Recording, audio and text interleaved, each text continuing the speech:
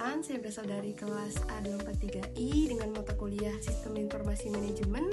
Dosen pengampu Bapak Jizensi T. Wirastomo SOS, IMMDBE. Pada kesempatan kali ini, saya akan menjelaskan dan mempresentasikan tentang aplikasi prototipe yang sudah saya buat, yaitu aplikasi Payroll yang berkaitan langsung dengan Sistem Informasi Manajemen. Berikut adalah videonya. Assalamualaikum warahmatullahi wabarakatuh. Selamat datang di channel saya. Kali ini saya akan membahas mengenai sistem informasi manajemen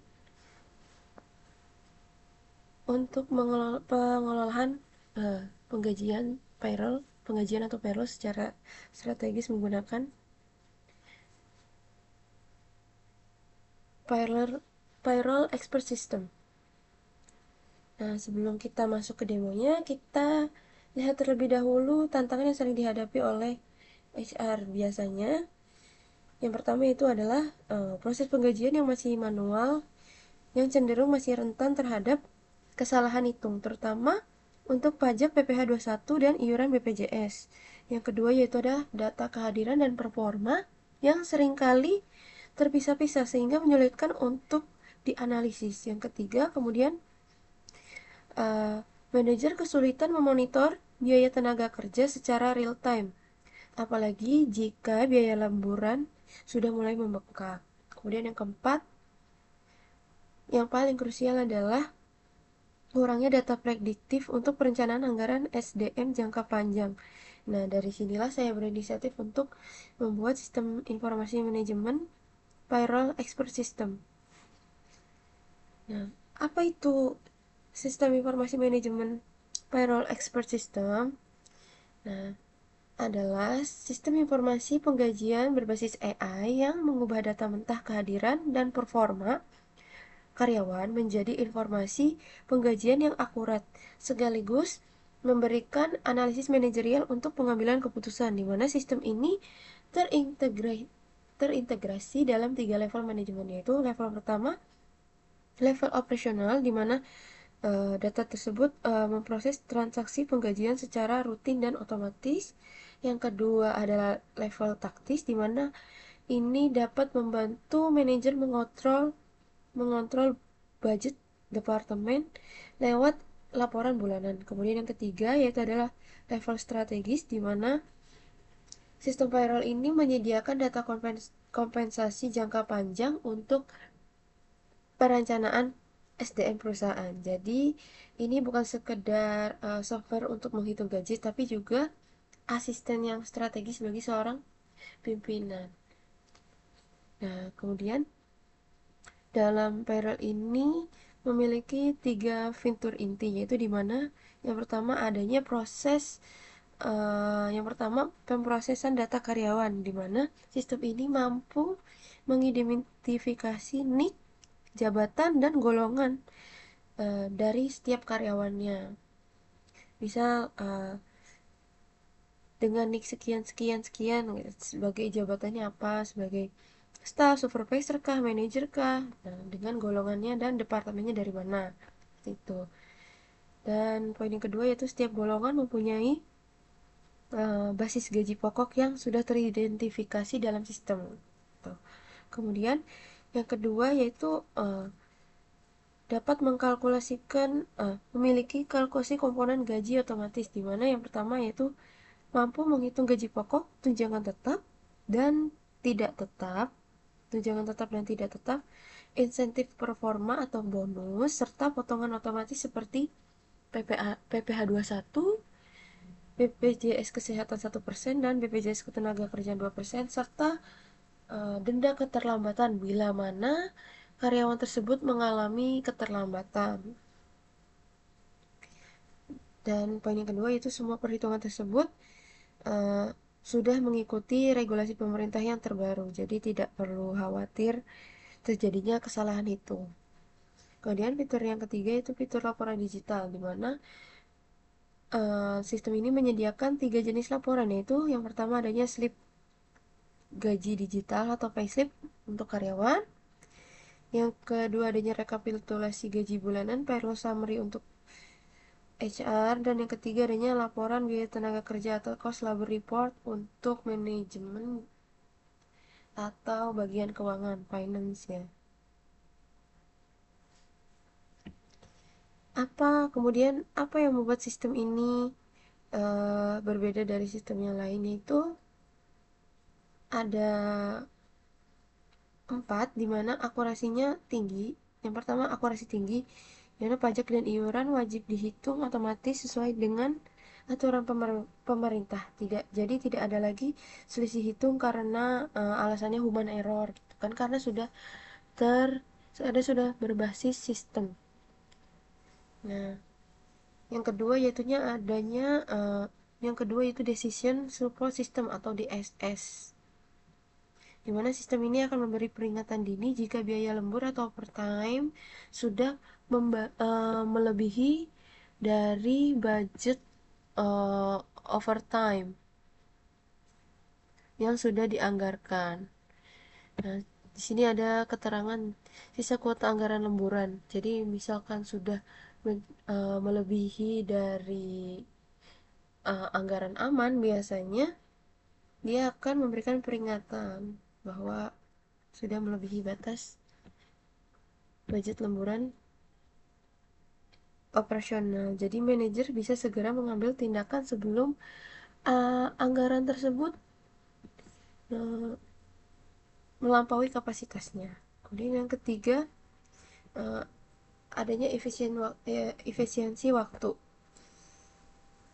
dibandingkan menghitung secara manual. Menghitung secara sistem jauh lebih efektif dan efisien ya, dapat mengurangi beban administrasi hingga 80% dibandingkan dengan metode perhitungan manual. Jadi sisa waktu yang lainnya dapat dialokasikan ke tugas-tugas yang lebih strategis.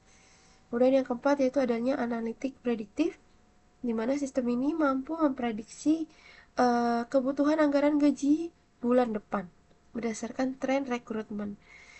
Dan ini sangat membantu dalam perencanaan keuangan perusahaan. Jadi di sini terdapat uh, 5 menu ya, dimana yang pertama adanya dashboard dan rekapitulasi, adanya kelola karyawan, proses kehadiran, slip gaji digital atau payslip, dan strategi serta konsultasi dengan AI. Jadi sistem Nah, di sini kita dapat melihat sudah terdapat total SDM aktif sebanyak 6 orang, karyawan catatnya, kemudian total transfer gaji ini sudah terpotong pajak dan BPJS sebesar 65.103.232 rupiah. Kemudian ada total biaya tenaga kerjanya, ini rekapitulasi secara keseluruhan. Ini sudah termasuk tunjangan dan bonus sebesar 70.296.127 rupiah. Kemudian di sini adalah ada total pengeluaran lemburan dalam satu bulan ini, yaitu sebesar 4.186.177 rupiah, yang dimana perusahaan ini menganggarkan sebesar untuk biaya lemburan ya sebesar 15 juta. Jadi masih ada sisa anggaran lembur itu sebesar 10.813.873. Nah, ini masih masuk anggaran aman. Nah, ini dapat di set anggaran lemburan itu sebesar apa, mau menganggarkan uh, pengeluaran anggaran lemburan ini berapa per bulan. Karena dari sistemnya saya memilih untuk menganggarkan 15 juta, maka saya masukkan di sini 15 juta. Jadi presentasi yang terpakai anggaran lembur ini dari 15 juta ini yang terpakai hanya sebesar 27,9%.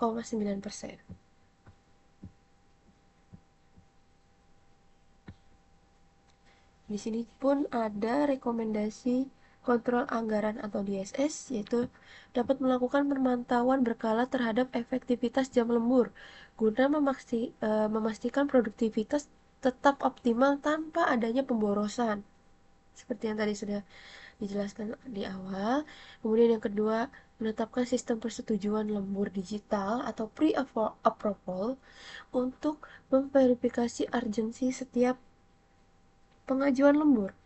Kemudian yang ketiga yaitu melakukan analisis beban kerja atau workload analis secara berkala, khususnya pada departemen-departemen yang memiliki pengeluaran tinggi seperti IT, produksi. Nah, biasanya sering lembur kan. Kemudian yang keempat, mengembangkan program pelatihan silang atau cross training antara karyawan untuk meminimalkan ketergantungan lembur pada individu tertentu saja. Jadi diusahakan tidak mengandalkan hanya satu individu saja, tapi yang karyawan-karyawan lain juga bisa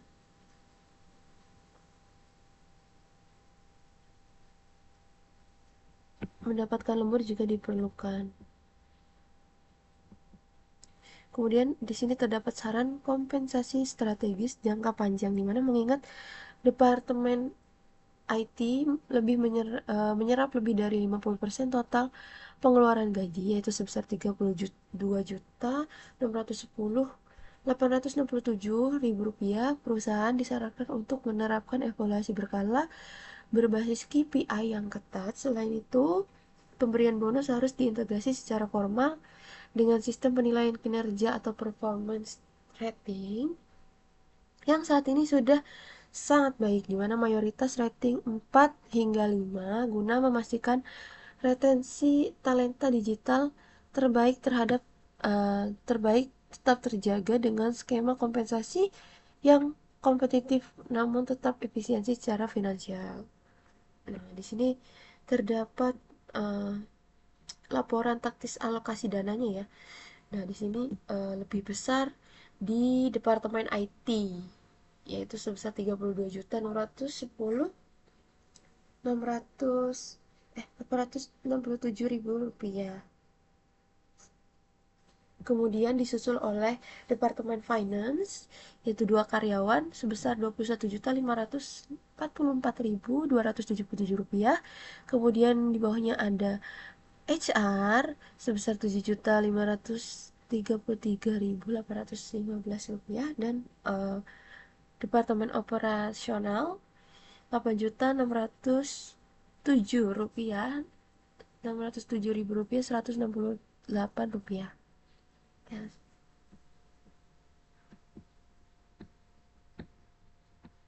Di sini juga terdapat distribusi biaya berdasarkan golongannya, proporsi pengeluaran antara staf, supervisor, dan manajer. Ya, di mana manajer mendapatkan 15% bonus sebesar 23.682.023 rupiah. Kemudian di bawahnya disusul dengan supervisor mendapatkan bonus 10%, yaitu sebesar 13.862.462 rupiah. Kemudian adanya staff 5%, yang menelan biaya 32.783.642 rupiah.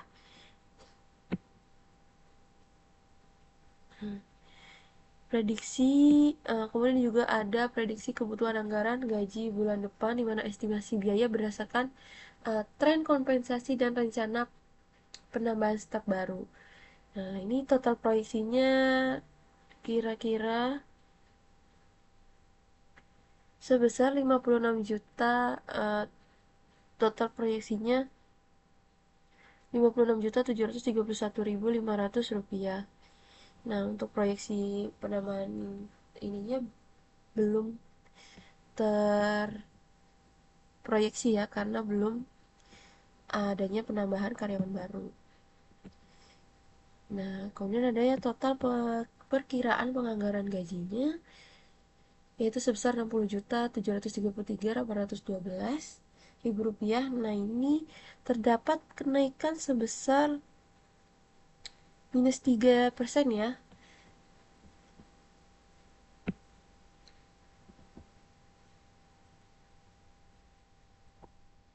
Nah, di sini ada analisis prediktif AI, di mana ini berdasarkan tren anggaran, mana perkiraan total penggajian anggaran gaji bulan depan mengalami penurunan sebesar 2,95% menjadi 60.733.812 rupiah. Nah, penurunan ini dipengaruhi oleh tidak adanya alokasi bonus variabel sebesar 4.550.000 rupiah pada bulan ini untuk bulan depan.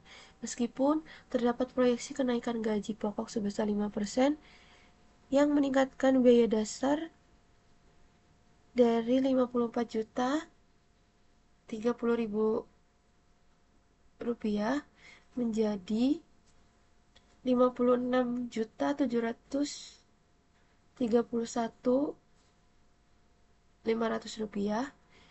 Dan tidak adanya biaya rekrutmen baru yang direncanakan untuk periode berikutnya.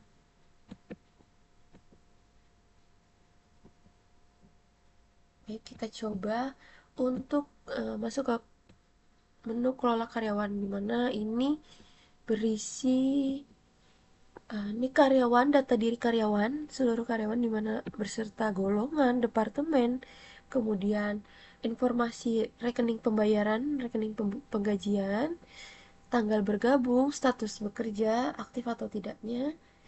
Nah, di sini dapat terlihat. Nah, misal kita mau cari karyawan atas nama siapa ya?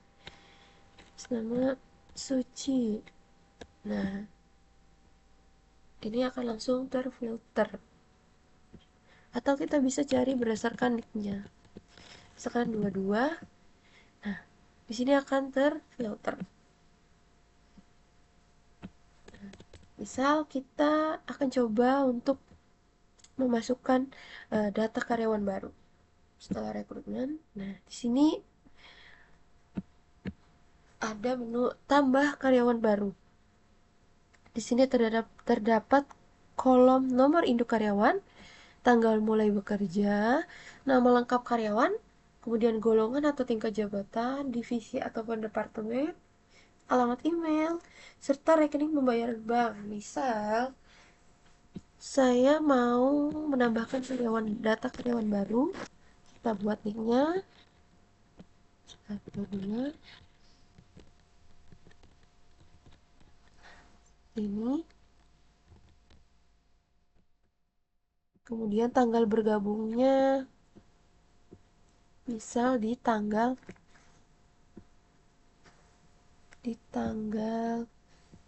4 bulan 6 2026.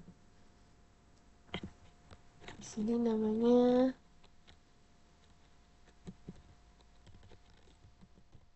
Ari Hermawan.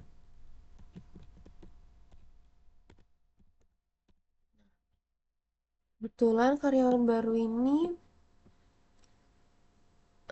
menjadi staf pada departemen marketing atau sales. Kemudian kita masukkan uh,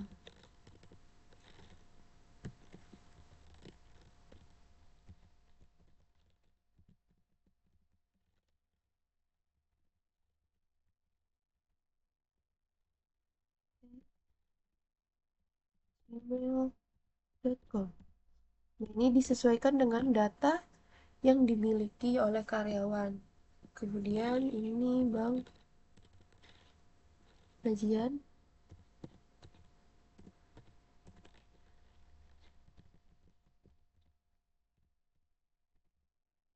Oke. Setelah datanya lengkap, kita simpan datanya. Nanti di sini akan muncul data karyawan baru tersebut. Nah, sudah. Ari Hermawan, staf marketing. gitu. Nah, kemudian misal kita akan memproses ke menu selanjutnya, proses kehadiran. Dimana kehadiran ini, di menu kehadiran ini terdapat 7 orang karyawan yang aktif bekerja. Nah, di sini berisi informasi-informasi mengenai kehadiran karyawan tersebut, di mana kehadiran, sakit, izin, alfa, terlambat, lembur, dan kinerjanya, performa kinerjanya seperti apa. Di sini tersedia. Nah, seperti Budi Santoso, hadir bekerja 22 hari, tidak ada izin, tidak ada sakit selama sebulan, tidak ada mangkir, tidak ada terlambat, memiliki lembur 5 jam dengan rating 5. Kemudian di sini ada Siti Rahma, yaitu hadir selama 21 hari dikarenakan ia memiliki sakit 1 hari. Alfa mangkir tidak ada, terlambat 1 hari, dan memiliki lembur 12 jam. Di sini terdapat ratingnya ya, rating performa pekerjaannya. Eko Prasetyo. Nah, karena tadi kita baru menginput karyawan atas nama Ari Hermawan, di sini kita belum ada keterangan, belum terinput. Jadi kita input terlebih dahulu. Nah, di sini edit angka akhiran. Nah, ini tinggal diedit jika ia memiliki sakit atau izin, kita tinggal masukkan saja. Misal eh, tidak ada izin, tidak ada sakit, tapi ia ada terlambat 1 hari dan memiliki lembur sebanyak 7 jam. Tim performanya bintang 4. Nah, simpan data. Oke, ini periode bulan Juni ya, 2026. Nah, di sini baru terlihat. Nah, karena tidak ada izin, tidak. Nah, kemudian jika kita mau langsung mengkalkulasikan penggajian secara massal dari data karyawan tersebut, kita tinggal pilih menu kalkulasikan penggajian massal. Kita kalkulasikan ya.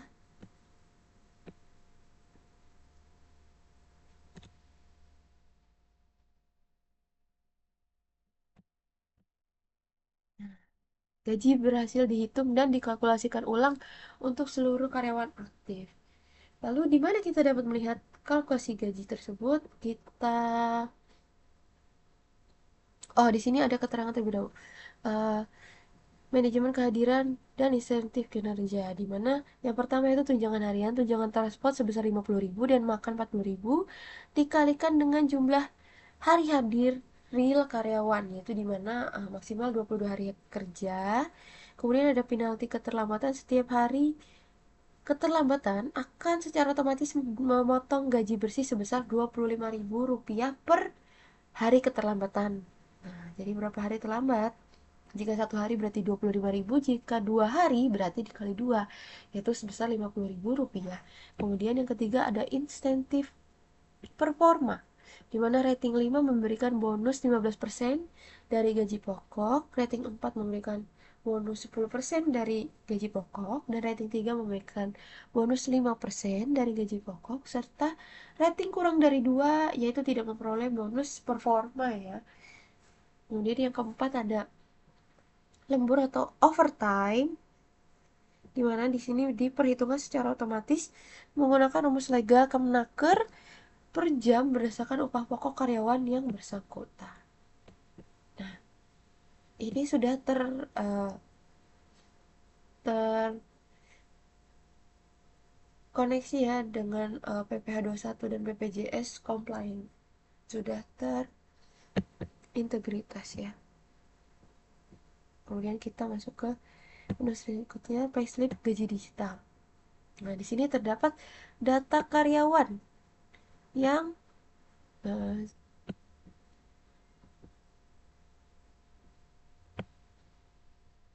ini sudah terbayarkan. Oh ya. Nah, kita dapat mengecek misal milik Budi Satloso. Nah, di sini terdapat payslip gajinya. Pernah tinjau slip gaji Budi Santoso. Nah, di mana ini PT Solitex Solution yang di sini terdapat informasi data perusahaan serta data karyawan. Misalkan uh, dengan nik sekian-sekian, nama karyawan Budi Santoso, golongannya sebagai manajer di divisi atau departemen IT, dengan masa periode penggajian ini bulan 6 tahun 2026, rekening penggajian mandiri atau BCA.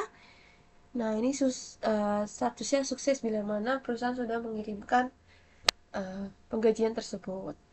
Gitu.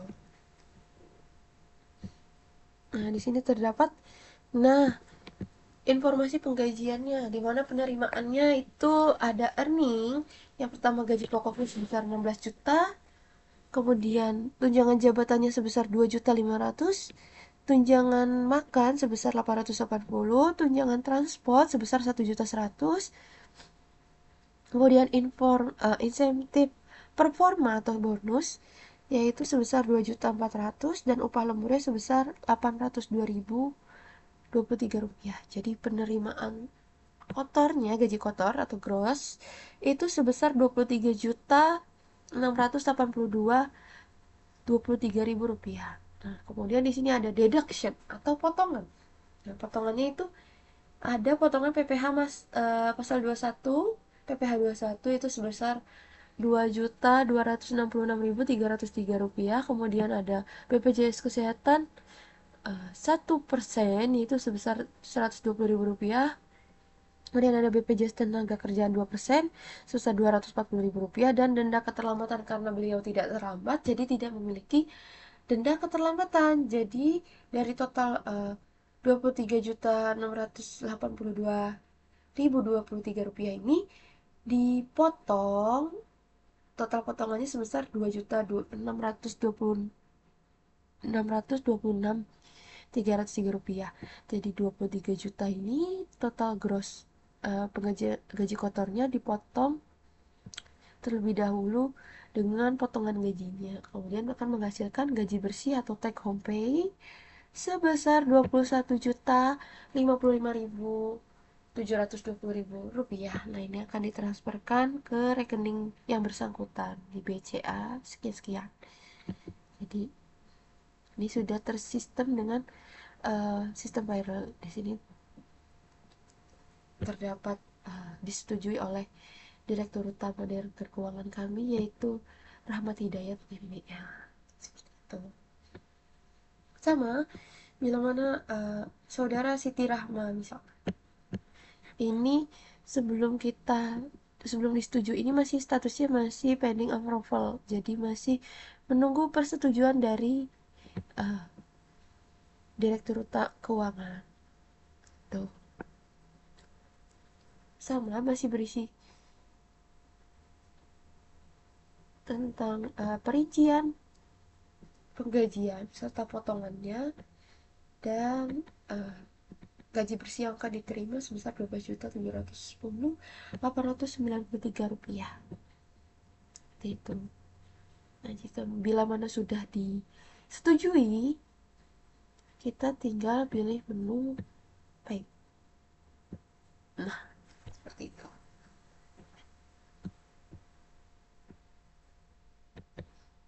Ini cukup memudahkan ya bagi para HR. Nah, di sini kemudian kita masuk ke menu berikutnya, yaitu strategi konsultasi AI, di mana perencanaan rekrutmen strategis. Nah, tambahkan rencana rekrutmen. Kita tambahkan. Oh, kita berencana menambahkan misalkan pada departemen operasional satu, ya staff golongannya satu orang, estimasi bergabung misal kita prediksikan 23 bulan 7 2026 yang akan datang. Nah, tambah rencana rekrutmen.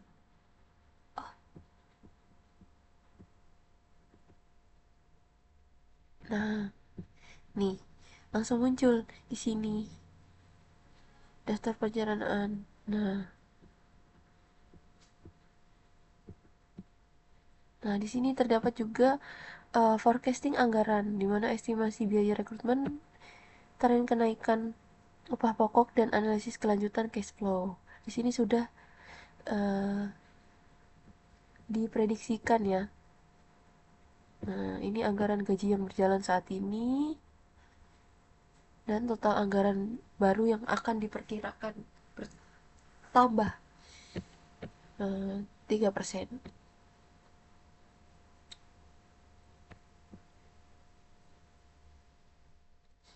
Nah, di sini terdapat juga rekomendasi struktur biaya baru, di mana perkiraan total anggaran gaji bulan yang depan mengalami penurunan sebesar 2,95%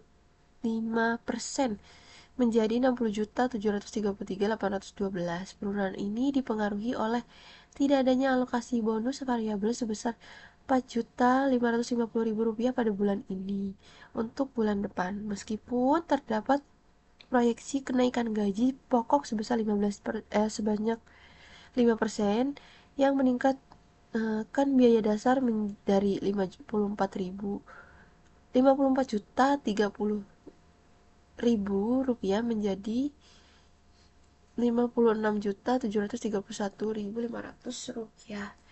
Nah, ini tidak ada dikarenakan tidak adanya biaya rekrutmen baru yang direncanakan untuk periode berikutnya. Kita coba simulasikan budget AI.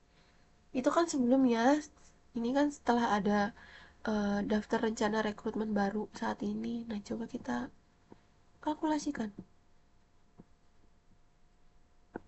Nah, ini setelah adanya tadi dimasukkan rencana penambahan manpower baru pada divisi operasional, yaitu sebagai staff. Nah, di sini terdapat perubahan. Nah, di mana dasar gaji yang berjalan yaitu Rp72.019.000, Rp19.500. Nah, ini adanya biaya rekrutmen baru sebesar 5 juta. Jadi totalnya Rp18.019.500. Nah, ini bertambah 3,3%. Nah, di sini ada rekomendasi struktur biaya baru, di mana perkiraan anggaran bulan depan mengalami kenaikan sebesar 3,34% dibandingkan bulan ini. Kenaikan ini dipicu oleh rencana penambahan satu manpower baru, yaitu staf baru di Departemen Operasional dengan estimasi biaya sebesar 5 juta, serta penyesuaian proyeksi kenaikan gaji sebesar 5% pada komponen gaji pokok. Meskipun adanya kenaikan, arus kas perusahaan diproyeksikan akan tetap stabil karena pengeluaran tersebut berhasil ditekan secara konsisten. Itu mungkin itu saja yang dapat saya informasikan. Kurang lebihnya mohon maaf. Semoga apa yang saya sampaikan dapat bermanfaat. Wabillahi taufiq wal hidayah. Wassalamualaikum warahmatullahi wabarakatuh.